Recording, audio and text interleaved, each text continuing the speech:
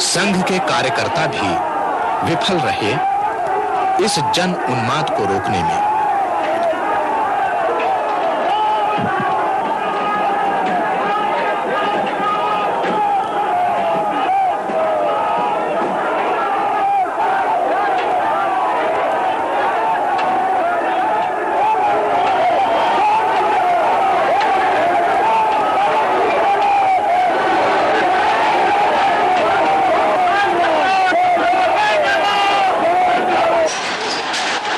समय 12:10 पर केंद्रीय सरकार को इस वस्तु स्थिति की जानकारी प्राप्त हो चुकी थी।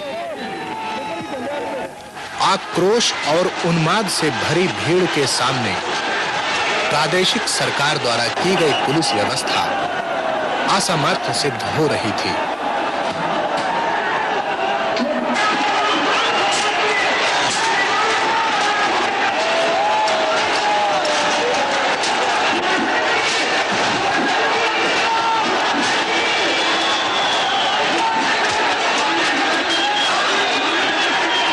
बजकर 45 पर प्रदेश सरकार ने केंद्रीय सरकार से कुछ और सुरक्षा दलों को भेजने की प्रार्थना की। उत्तर प्रदेश शासन के सामने प्रश्न था कि क्या भीड़ पर गोली चलाने का आदेश दिया जाना उचित है? क्या स्वतंत्र भारत में भी जनरल डायर द्वारा अमृतसर के जलियांवाला बाग में सन 1919 में खेली गई खून की होली को दोहराया जाना उचित होगा? एक तरफ थी ऐसी कानून व्यवस्था जिसका मानो देश की करोड़ों जनता की भावनाओं से कोई सरोकार न हो, तथा दूसरी तरफ थी सदियों से दबाई जाती रही देशवासियों की भावनाएं, जो अब एक नया ज्वार बनकर उमड़ पड़ी थी। और आखिर भारतीय जनता पार्टी की सरकार को प्रदेश की जनता ने श्री राम मंदिर पुनर्निर्माण का जनादेश पालन करने के लिए ही तो चुना था। एक तरफ था उत्तर प्रदेश के मुख्यमंत्री माननीय श्री कल्याण सिंह तथा भारतीय जनता पार्टी के वरिष्ठ नेता श्रीमंत राजमाता विजयाराजे सिंधिया और सांसद स्वामी चिन्मयानंद महाराज आदि द्वारा सुप्रीम कोर्ट को दिए गए कानून पालन के प्रति प्रतिबद्धता के आश्वासन पत्र, जिनमें उनके मंतव्यों तथा निर्णयों की स्पष्ट अभिव्यक्ति थी कि भारतीय जनता पार्टी श्री राम मंदिर के पुनर्निर्माण के लक्ष्य को कानूनी एवं संवैधानिक मार्ग पर चलकर ही प्राप्त करना चाहती है। और इसी के साथ थी भारतीय जनता पार्टी सरकार के नीतियों की न्यायपालिकाओं, संसद तथा राष्ट्रीय एकता परिषद आदि अन्य सभाओं में की गई उद्घोषणाएं कि भारतीय जनता पार्टी की सरकार राम भक्तों पर किसी भी हालत में गोलियां नहीं चलाएगी।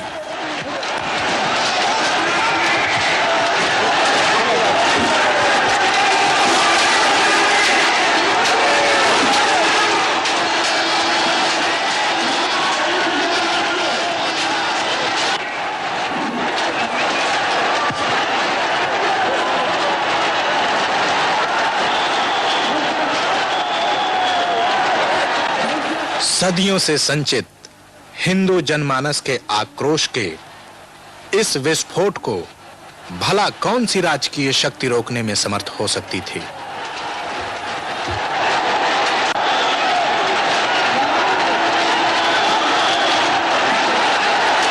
मंच से राष्ट्रीय स्वयंसेवक संघ के सर कार्यवाह माननीय श्री एच.बी. शेषाद्री तथा अन्य नेताओं द्वारा की गई अपील भी विफल रही।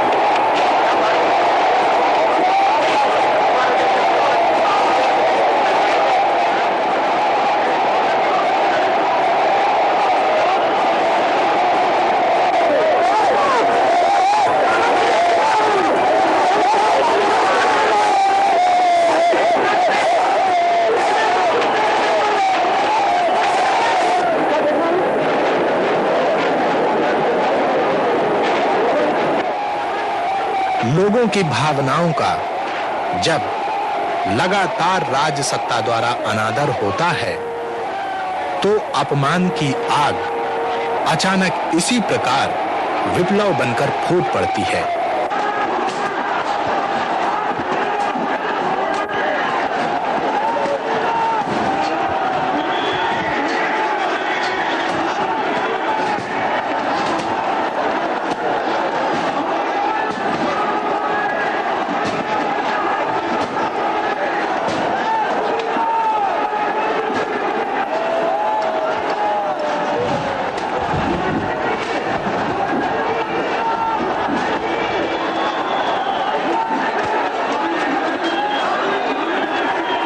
और अंततो गत्वा